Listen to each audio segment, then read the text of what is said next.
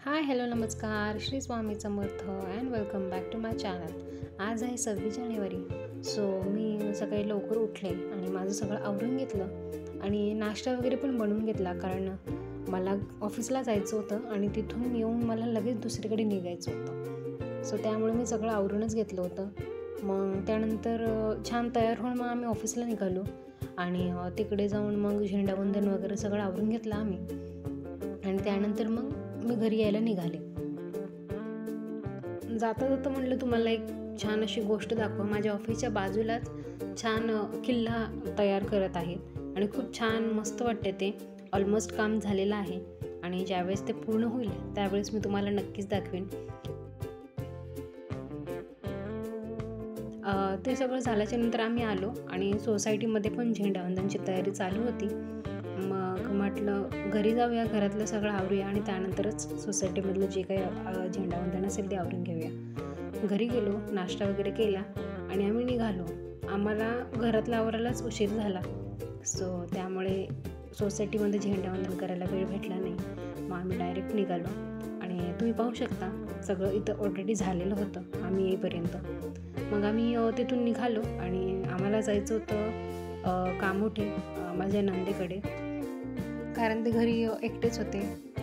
So म्हणून मग म्हटलं ते त्यांना एकट्याला पण करमणार नाही तिकडे, त्यामुळे मग त्यांना पण इकडे यायची इच्छा होती. मग आम्हीच त्यांना घ्यायला गेलो आणि मग थोड्या वेळातच आम्ही कामोठ्याला पोहोचलो आणि घरी गेलो.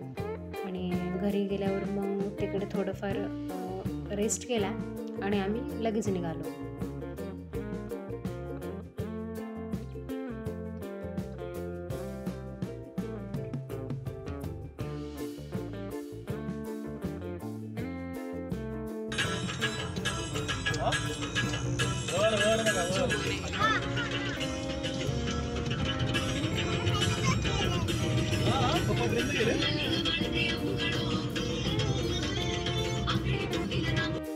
आम्ही घरी पोहोचलो आणि जेवण वगैरे सगळं आवरून घेतलं आणि पोटभर जेवण झाल्याच्या नंतर मग आम्ही असंच गप्पा मारत बसलो आणि गप्पा मारत मारत कळालंच नाही की संध्याकाळ कधी झाली आणि खूप टाईम निघून गेला.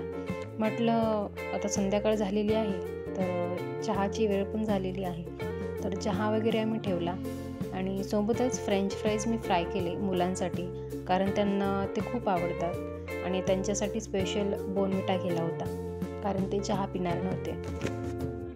फ्रोझन फ्रेंच फ्राईज मी त्यांच्यासाठी आदल्या दिवशी आणून ठेवले होते, कारण त्यांना हे खूप आवडतात खायला आणि त्यांनी खूप छान मजा घेऊन खाल्लं. त्यानंतर मग आम्ही रात्रीच्या जेवणाची तयारी केली. रात्री जेवणाला मस्तपैकी मटण बिर्याणी वगैरे बनवलं होतं आणि खूप छान झालं होतं. मटण बिर्याणी माझ्या नंदेने बनवली होती आणि खूप छान उत्तम जेवण बनवतात त्या आणि मला खूप आवडतं त्यांच्या हातचं. आणि मस्त त्यांची रेसिपी जी आहे मटण बिर्याणीची मी नक्कीच माझ्या शॉर्ट्स व्हिडिओवर अपलोड करेन, तुम्ही पहा. मला जरा वेळ भेटला नाही म्हणून मला हा व्हिडिओ अपलोड करायला सुद्धा उशीर झाला, पण मी नक्कीच अपलोड करीन. सो त्यावेळेस तुम्ही बघू शकता खूप छान रेसिपी झाली होती. मग त्यानंतर आम्ही छान जेवण घेतलं सगळ्यांनी मिळून आणि जेवण वगैरे सगळं झाल्याच्या नंतर मग आम्ही असंच खाली गेलो आणि फेरफटका वगैरे मारून घेतला.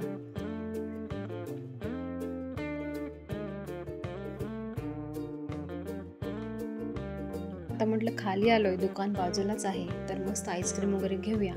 आणि मग छान आईस्क्रीम घेतली. आम्ही घरी आलो, छानपैकी आईस्क्रीम खाल्ली आणि त्यानंतर मग आम्ही झोपलो, कारण खूप थकलो होतो दिवसभरात प्रवास करून. माझा हा ब्लॉग तुम्हाला कसा वाटला मला नक्कीच कॉमेंट करून सांगा. आवडला असेल तर लाईक करा, शेअर करा आणि सबस्क्राईब करा. Bye bye.